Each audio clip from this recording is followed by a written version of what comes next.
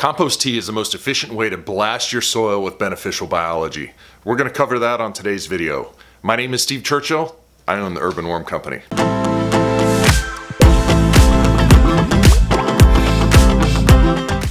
Compost tea allows you to treat a large surface area with beneficial microbes, either on the plants or to the soil itself. The concept is pretty simple. By putting compost in water, you extract the microbes off the surface area of that compost. By adding oxygen and a food source, you can explode the populations of those microbes, which allow you to treat a fairly large surface area with a really small amount of compost. Now, this isn't really in my wheelhouse, so I brought our soil nerd Troy Hinkie in to help us out. Troy worked with Dr. Elaine Ingham at the Rodale Institute as their compost specialist. Now, Troy knows a buttload about soil, but he's actually a compost tea expert, so I brought him in to show us how he brews a 5-gallon batch of high biology compost tea. Enjoy this video. Alright guys, so I'm here with Troy Hinkie today. I've already given you the intro on Troy. He's my chief soil nerd here at the Urban Worm Company. So I just wanted to bring Troy here today to show us how he makes a 5-gallon batch of good high biology compost tea. So we kind of prepared what all the components and ingredients are. So at this point, I'm just going to turn it over to Troy. He's going to tell us what the components are of a good brew, and then he's going to run us through a good brew. And I'm just going to interject with some questions here and there, and we're just going to turn it over to Troy at this point. And yeah, let us know what we got here. Thanks, Steve. Hey everybody, I'm Troy. So we've got our setup here for everything that we need to brew compost tea in 5 gallons, and really on a smaller scale, 5 gallons is all you need. So first off, we need some type of container, generally a 5-gallon bucket. And then clean water. You want to use rainwater or tap water. If you're using city water, it's good to off-gas any chlorine that might be in there, or we're going to be using humic acid as a food for microbes, and different types of acids are going to neutralize chlorine and chloramine that could be in water in city water. So we've got clean water, a brewer or bucket here, and then we've got our air pump. So we want the air pump to add oxygen to the water so that we're remaining above 6 parts per million air and 6 parts per million oxygen and remaining aerobic. This pump is a decent size for 5 gallons. You don't even need necessarily that big of one. And then we've got a brew bag here. This is a simple brew bag that you can use just for a 5-gallon brew. Now let me stop you there. A couple things here, just so you know. I did my homework here, and I did let this off gas overnight. So about 24 hours ago, I just filled this up with the water. We're on city water here, so I just filled it up, and it's off gas, so we're good to go there. Real fast, what's this thing here for? So I stuck this on here real quick. You want the air to be traveling through the entire column of water, so that all of these bits of water and liquid are going to be oxygenated. So I just normally I'll use something weighted to keep it on the bottom, or a wand like this. I generally try to keep it in the very center with the wand. It's not going to be that easy. That's just a 1/2-inch length of PVC is what that is. 1/2-inch PVC, and about what is that, about 18 inches? 20 inches, yeah. Okay, cool.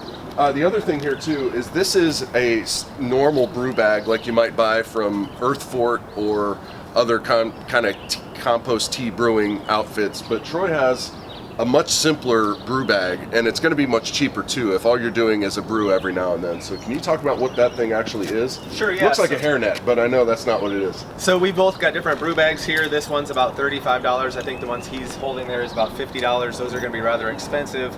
If you're just wanting to try compost tea out at first and you don't want to spend a lot of money, you can get these elastic tops, so you can see it's stretchy there at the top. They're made exactly for going in a 5-gallon bucket, and they're used for paint strainer bags. So you go to Sherwin-Williams, Benjamin Moore, your local paint store, and they should be $2.50 to $3 for one of these bags. And they're the perfect size mesh. These aren't going to last as long if you're doing a lot of brews. So if you're doing 10 or more brews in a year, these aren't going to hold up. That's when you want to go to something more like a professional bag like that. These are super easy to use. You would just stick it in there, put the elastic over the top, and then you can put your compost in there, let it agitate, you're ready to go. One thing I did not mention also, that Steve had said how he let the water off gas. when we're brewing compost tea, you want to also let it get to ambient temperature. So by letting it sit out for 24 hours, he's letting it off gas chlorine, and then also letting the water get to ambient temperature, because we want to brew at the same ambient temperature as what we'll be applying it to plants. So if that were to be outdoors, you'd want to have the brewer going outdoors. If you are making tea for like indoor plants or in a greenhouse, you'd want to be brewing indoors or in the greenhouse. Whatever temperature is the plants, same temperature at the plants you're wanting to apply. Just trying to stress that. Cool. What else we got here? So we've got our brew bag, and we've got, this is a mixture of vermicompost and regular thermophilic compost, so it's nice and broken down. And I like to use a variety of compost. Vermicompost is going to generally have the most biology and microorganisms, and that's what we're going for here with the compost tea. So I've got a cup measured out here, and then we've got our foods for microorganisms, and we've got fishydrolysate and powdered humic acid. Which one is which? This is the darker one is powdered humic acid. Okay. And this is stinky fishydrolysate. All right. So this is basically fish put in a blender and blended up. Yummy. Yeah. So the humic acid comes in a liquid or a powder form. If you're ordering it online, it's going to be less money to have a powder form shipped to you, because otherwise you're paying for a lot of water that you don't necessarily need. So that's why I brought the liquid or the powder form to show you. And then for a 5-gallon brew, it's just going to take 1 tablespoon of each. So we can get the brew going here. I'm going to use for this mix 3 cups of compost. So I'm going to go ahead and turn my aerator on. I'm going to see how loud it is. It might be too loud for the video. Okay. Otherwise, I'll just mix the things in without the air.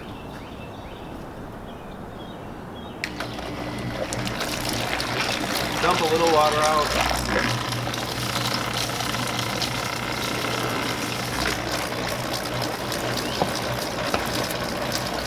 You think that's too loud? I don't think so. We'll find out. We're trying to figure out if it's too loud for you to hear us, but we'll edit this out if need be. So he's got that wand down in the bottom that's pushing all that air from the bottom through the top, because he's trying to aerate that entire column of water. So what we need in order to stay above 6 parts per million, and really to visualize that, if you don't have some type of a tester, you just want the water to look like it's a rolling boil, which is plenty right now. And I'm actually gonna undo this, so we're not making a mess while we're doing our video here. But I normally put my air pump on and have the water churning like that, so that it helps to mix things as I'm putting the compost tea together here. So we'll pretend that the water or the air pump is on. We've got our brew bag on there. We're gonna sprinkle in 1, 2, 3 cups of compost. So 3 cups for a 5-gallon brew is what Troy's using. And then, sorry, I'm going to set this off to the side so that we can get our foods in here. This is powder, and it's harder to mix powder into a water, so I'm going to sprinkle a little bit on the top. And then I'm going to mix it in. And you'll see that water turn very dark right away. Wow. And the powder form can be harder to mix into a water solution. The liquid form of humic acid is a lot easier to work with, a lot quicker to. So I'm going to mix that in, stir it around real well. So what Troy is doing is he's taking the powderized humic acid and mixing it into the solution, and it's difficult, he says, to mix the powder into the solution. You need to mix it really well. It doesn't just dissolve, so it's got to be distributed very well within your brew. Otherwise you'll have some clumps, which you can see a lot in the walls here. You just want to avoid having any big clumps here. You want to stir it in nice and well. And like I said, if you have the air on, that's going to help to mix that too while you're adding that adding that powder. And then we've got our fish hydrolysate. I'm going to pour 1 tablespoon. So we've got a tablespoon of humic acid and 1 tablespoon of fish hydrolysate. So I'm not sure if you heard Troy say before, but normally you would have the pump on, as you are adding these materials in here. One of the reasons why the reason why we're not is because the air pump was providing a little bit of noise for us. So under normal circumstances, you're going to have the air pump on as you're adding these materials to the brew. So I've got this stirred in rather well. I'm going to give it one good stir here. And yeah, we normally have our air pump going here.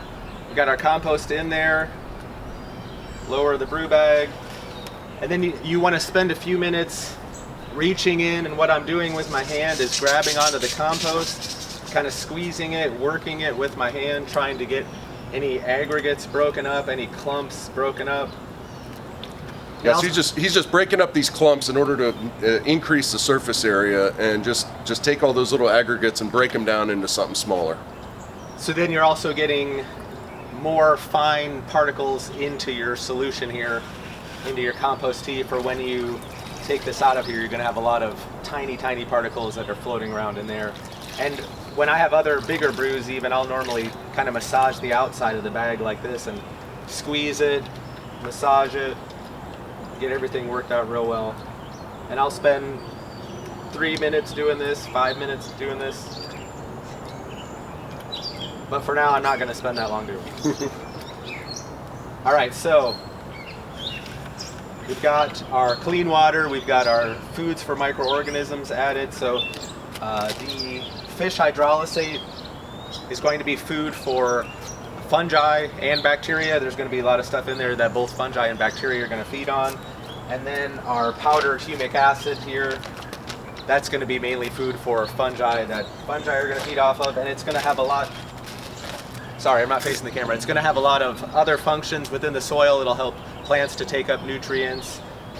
I do have one question here. So Troy has written a lot of good blog posts for us at Urban Worm Company about compost tea and brewing compost tea.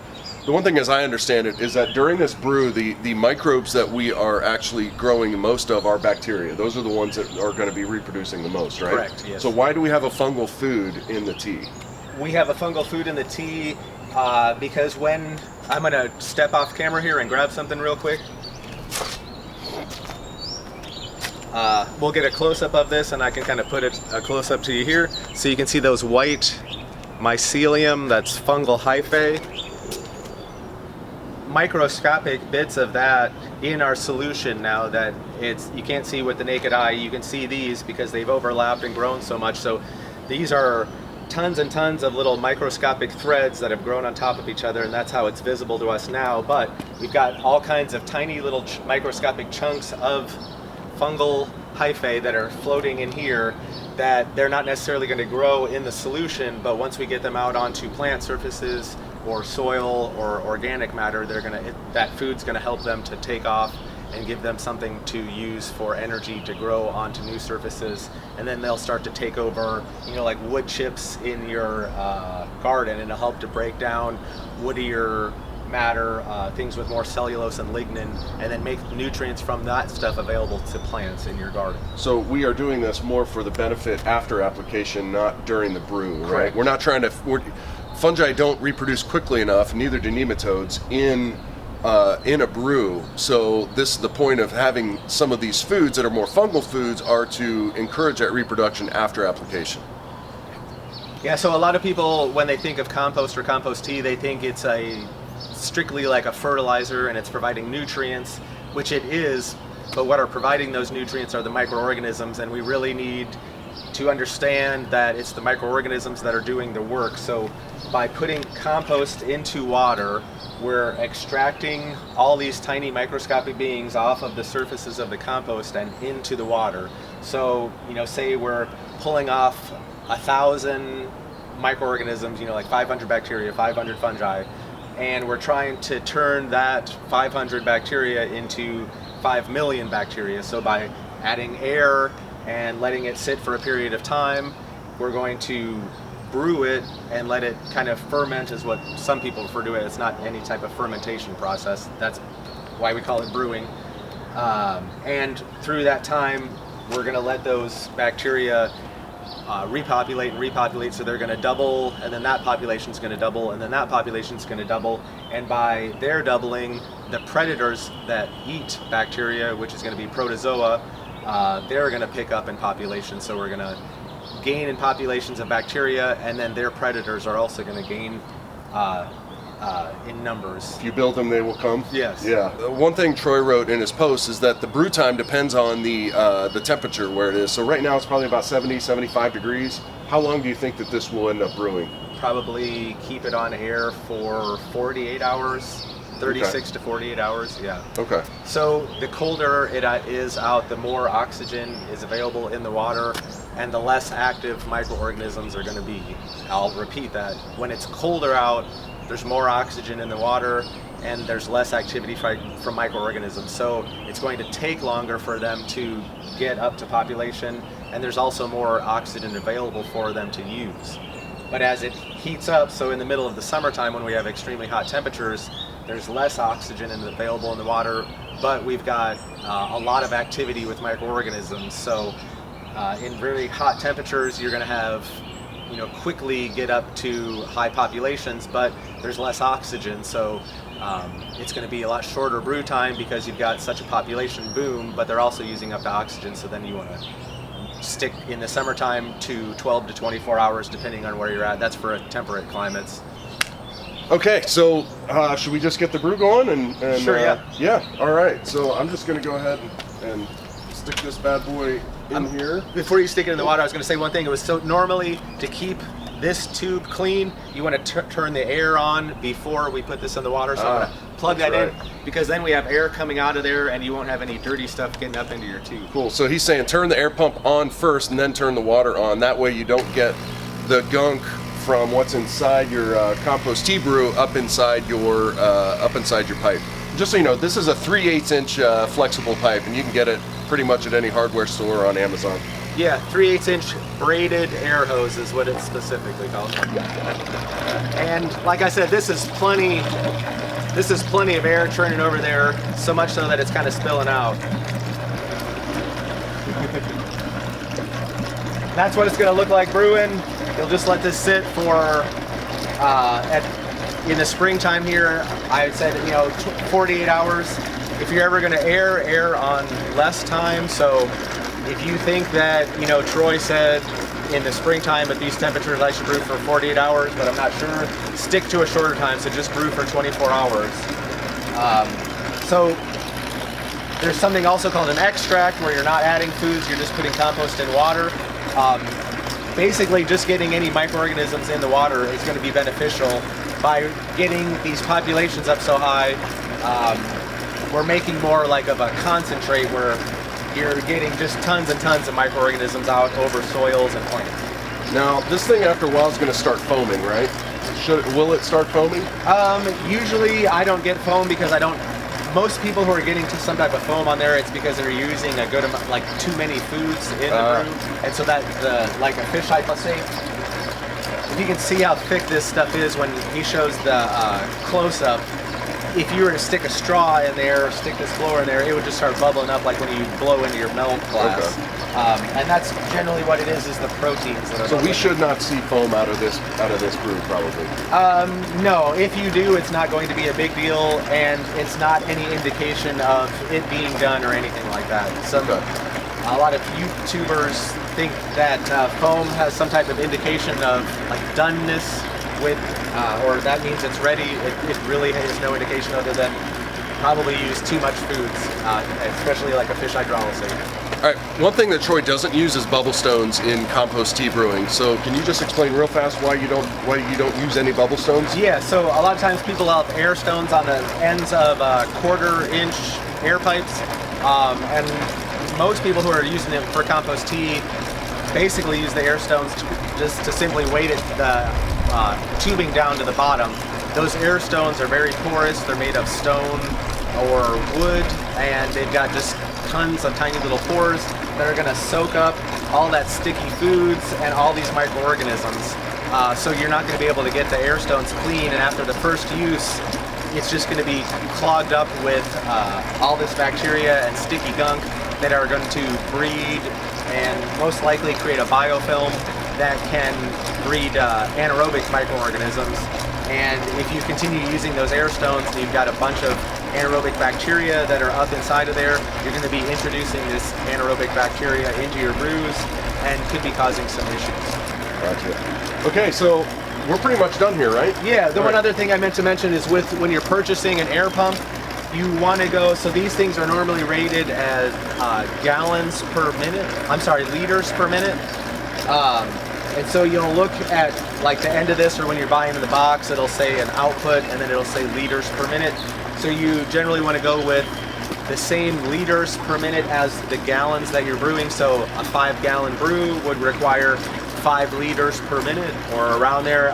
The one that I have at home that I generally use for a 5-gallon brew is like a 6 liters per minute. So now this one is 70, so we actually have an overpowered pump here for this brew. So again, however many liters per minute is however many gallons your brew should be. But you know, hey, this is live TV, right? Yeah, So. I brought this for a 50-gallon brew. I thought we were going to be doing one with 50 gallons, so that's why I brought this pump along. So this one will actually take care of 50 gallons of water. It's plenty of overkill, 10 times what we need. Cool. All right, guys, that wraps it up for us. We're just going to let this brew for, what did we say, about 24 hours or so? And we'll use it in our garden and put some high biology stuff into our soil. All right, we'll see you next time, guys. Thanks, everybody.